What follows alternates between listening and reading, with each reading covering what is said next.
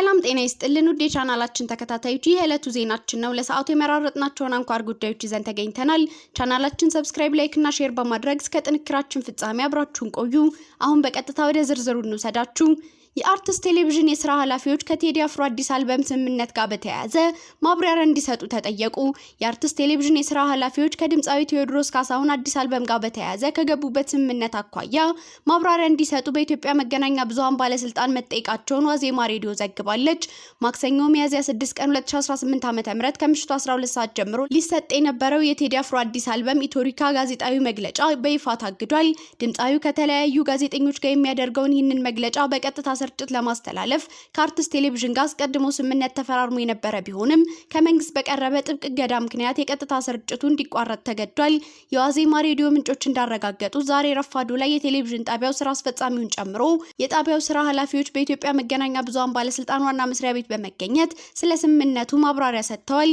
ድምጻዊ ቴዎድሮስ ካሳሁን ከ8 ዓመታት ቆይታ በኋላ ኢትዮሪካ የተሰኘ አዲስ አልበሙን የፊታችን ሐሙስ ሚያዝያ 8 ቀን 2018 ዓ.ም ከቀኑ 8 ሰዓት ጀምሮ በተለያዩ ዓለም አቀፍ የሙዚቃ ማሰራጫ መተግበሪያዎችና በዩቲዩብ ገጹ በኩል አድማጮች እንደሚያቀርብ ማስታወቁ ይታወሳል። የመግለጫው መታገድና የቴሌቪዥን ጣቢያው ኃላፊዎች መጠራት በአልበሙ ይፋ መሆን ላይ ስለሚኖረው ተጽዕኖ እስካሁን በይፋ የተባለ ነገር እንደሌለ ከዋዜማ ሬዲዮ የፌስቡክ ገጽ ያገኘነው መረጃ ያመለክታል። የፓኪስታን ጠቅላይ ሚኒስትር ከአሜሪካ ኢራን ንግግር በኋላ ወደ ሳውዲ አረቢያ፣ ኳታርና ቱርክ ጉዞ ጀመሩ። የፓኪስታን ጠቅላይ ሚኒስትር ሼህባዝ ሻሪፍ ሳውዲ አረቢያን፣ ኳታርንና ቱርክን የሚያካትት የ4 ቀናት ጉብኝት ሊጀምሩ መሆኑን የሀገሪቱ የውጭ ጉዳይ ሚኒስቴር አስታወቀ። ይህ ጉዞ የተሰማው ፓኪስታን ባለፈው ሳምንት መጨረሻ የተካሄደውን የመጀመሪያ ዙር ንግግር ተከትሎ ሁለተኛውን የአሜሪካ ኢራን የሰላም ውይይት በኢስላማባድ ለማስተናገድ እየተዘጋጀች ባለችበት ወቅት ነው። ዶናልድ ትራምፕ ባለፈው ማክሰኞ ለኒውዮርክ ፖስት ጋዜጠኞች በሰጡት ቃል በሚቀጥሉት 2 ቀናት ውስጥ በኢስላማባድ አንድ ነገር ሊከሰት እንደሚችል ጠቁመው ነበር።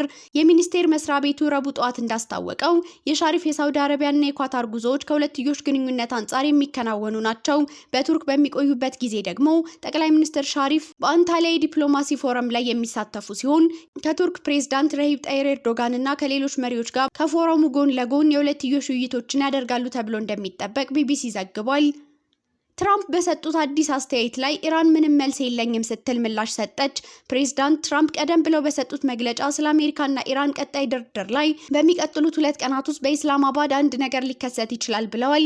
ይህ የትራምፕ አስተያየት የተሰማው አንድ የዲፕሎማሲ ምንጭ ለኢራን ብሔራዊ ዜና ወኪል ስለ ቀጣይ ንግግሮች ምንም መረጃ የለም ብሎ በተናገረ በጥቂት ሰዓታት ውስጥ ነው። IRNA እንደዘገበው በአደራዳሪነት እየሰራች ባለችው ፓኪስታን በኩል በቴህራንና በአሜሪካ መካከል መልእክቶች ቢለዋወጡም እስካሁን የተረጋገጠ ነገር የለም። ምንጩ አክሎም ቀደም ሲል በኢስላማባድ የተደረገው የአሜሪካና ኢራን ንግግር ያለ ስምምነት ቢጠናቀቅም ፓኪስታን በአደራዳሪነት ጥረቷ እንደጸናች ትቀጥላለች ብሏል። ኢራን በትራምፕ የቅርብ ጊዜ አስተያየት ላይ እስካሁን የሰጠችው ምላሽ የለም። እንደ አውሮፓውያን አቆጣጠር ሚያዝያ 8 የተጀመረው የ2 ሳምንት የተኩስ አቁም ስምምነት በሚቀጥለው ረቡዕ ሚያዝያ 22 ያበቃል። በአሜሪካ ከበባ ምክንያት መርከቦች እየተመለሱ መሆኑ ተገለጸ። ባለፈው እሁድ የአሜሪካ ጦር ከሰኞ ጀምሮ በኢራን ወደቦች ላይ የባህር ላይ ከበባ እንደሚያደርግ ማስታወቁ ይታወሳል። ይህ እርምጃ ወደ ኢራን ወደቦችና የባህር ዳርቻዎች በሚገቡ ወይም በሚወጡ የማንኛውም ሀገር መርከቦች ላይ ያለ አድሎ ተግባራዊ እንደሚሆን ተገልጾ ነበር። ይሁን እንጂ ትናንት ቢቢሲ ቫሪፋይ የመርከቦችን መከታተያ መረጃ መሰረት በማድረግ ባደረገው ትንተና ቢያንስ 4 ከኢራን ጋር ግንኙነት ያላቸው መርከቦች የአሜሪካ ከበባ ከተጀመረ በኋላ የሆርሙዝ ባህረ ሰላጤን አቋርጠው ማለፋቸውን አሳይቶ ነበር። በኋላ ላይ ግን የአሜሪካ ማዕከላዊ እዝ አንድ መርከብ ከበባውን ጥሶ እንዳላለፈ አጥብቆ ገልጿል። እዙ እንዳለው 6 የንግድ መርከቦች ከአሜሪካ ጦር የተሰጣቸውን ትዕዛዝ አክብረው በመመለስ ወደ ኢራን ወደብ በድጋሚ ገብተዋል።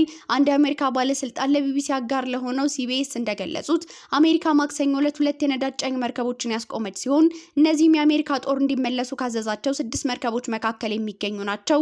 የመከታተያ መረጃው እንደሚያሳየው ሪች ስታር የተባለች ከኢራን ጋር ግንኙነት ያላት መርከብ ወደ ምስራቅ አቅጣጫ ሰርጡን አቋርጣ አልፋ ነበር። ነገር ግን የኦማን ባህረ ሰላጤ ላይ ስትደርስ ምናልባትም ከአሜሪካ ጦር በተሰጣት ትዕዛዝ ወደ ኋላ መመለሷን ያሳያል። ቢቢሲ ቫሪፋይ ትናንት እንደዘገበው ከኢራኑ ባንደር ኢማን ሆሜን ወደብ ተነስታ ሰርጡን አቋርጣ የነበረችው ክርስቲና የተባለች ሌላ መርከብም በተመሳሳይ አቅጣጫዋን ቀይራለች። እስራኤል ከሊባኖስ ጋር ውይይት ካደረገች በኋላም በሂዝቦላ ላይ የምታደርገውን ጥቃት ቀጥላለች። እስራኤልና ሊባኖስ ባለፉት 3 አስርት ዓመታት ውስጥ የመጀመሪያ የሆነውን ዲፕሎማሲያዊ ንግግር ባደረጉ ማግስት የእስራኤል መከላከያ ሰራዊት በሊባኖስ ውስጥ የሚፈጽመውን ጥቃት ቀጥሏል። እስራኤል በመንግስት ስር ያልሆኑ ማናቸውም አሸባሪ ቡድኖች ትጥቅ ለማስፈታት እንደምትፈልግ ገልጻለች። ይህም በውይይቱ ውስጥ ያልተሳተፈውን ሂዝቦላን ለመጥቀስ የታለመ ነው። የእስራኤል መከላከያ ሰራዊት ባለፉት ጥቂት ቀናት ውስጥ በሂዝቦላ አሸባሪዎችና ወታደራዊ መሰረተ ልማቶች ላይ ጥቃት መፈጸሙን የገለጸ ሲሆን በሂዝቦላ አሸባሪ ድርጅት ላይ የሚወስደውን እርምጃም እንደሚቀጥል አስታውቋል። ዩናይትድ ስቴትስ ትናንት በዋሽንግተን ስለተካሄደው የእስራኤልና ሊባኖስ ውይይት ባወጣችው መግለጫ ሁለቱም ሀገራት ለዚህ ታሪካዊ ምዕራፍ የእንኳን ደስ አላችሁ መልእክት ያስተላለፈች ሲሆን ለቀጣይ ንግግሮች እንዲሁም የሊባኖስ መንግስት የጦር ኃይል የበላይነትን መልሶ ለማግኘትና የኢራንን ከባድ ተጽዕኖ ለማስቆም ላወጣው እቅድ ድጋፏን ገልጻለች። ውይይቱ በእንዲህ እንዳለ የእስራኤል ወታደራዊ ቃል አቀባይ ለኤኤፍፒ ዜና ወኪል እንደገለጹት ረቡዕ ማለዳ ላይ በኢራን የሚደገፈው ሂዝቦላ ወደ ሰሜን እስራኤል 30 የሚጠጉ ሮኬቶችን ተኩሷል። ይህ የተሰማው የሊባኖስ ብሔራዊ የዜና ወኪል በደቡብ ሊባኖስ 2 የማለዳ ጥቃቶችን መፈጸማቸውን በዘገበበት ወቅት ነው። እንደ ዘገባው ከሆነ በጥቃቶቹ በጅባ የአንድ ቤተሰብ 4 አባላት፣ በአንሶሪያ ደግሞ 5 ሰዎች ተገድለዋል። የዜና ወኪሉ አክሎም ቤሩትን ከደቡብ ሊባኖስ ከተሞች ጋር የሚያገናኘው የጂኤ ሀውራ ጎዳና ላይ ወደ ደቡብ አቅጣጫ ይጓዝ የነበረ አንድ መኪና የጥቃቱ ኢላማ መሆኑን ገልጿል። የሊባኖስ መንግስት በትናንትናው ዕለት በእስራኤልና በሂዝቦላ መካከል ያለውን ውጊያ ለማቆም ያለመና ባለፉት 3 አስርት ዓመታት ውስጥ የመጀመሪያ የሆነውን ዲፕሎማሲያዊ ውይይት ከእስራኤል ጋር አድርጓል። ሂዝቦላ በዚህ ውይይት ውስጥ ያልተሳተፈ ሲሆን አንድ የቡድኑ ባለስልጣን ለኤፒ ዜና ወኪል እንደተናገሩት ቡድኑ በውይይቱ በሚደርስ ማንኛውም ስምምነት እንደማይገዛ አስታውቋል። እንደ አውሮፓውያን አቆጣጠር መጋቢት 2 ቀን አሜሪካና እስራኤል በኢራን ላይ ጥቃት መፈጸም ከጀመሩ ከጥቂት ቀናት በኋላ የእስራኤል ወታደራዊ ዘመቻ በሊባኖስ ከተጀመረ ወዲህ ከ2000 በላይ ሰዎች መገደላቸው ይታወቃል። የሰዓቱ መረጃዎቻችን ያዳመጣችሁትን ይመስል ነበር። ስለተከታተላችሁን እያመሰገንን ቻናላችንን ሰብስክራይብ፣ ላይክ እና ሼር በማድረግ ቤተሰብ እንድትሆኑ እየጋበዝን በዚሁ ተሰናበትን።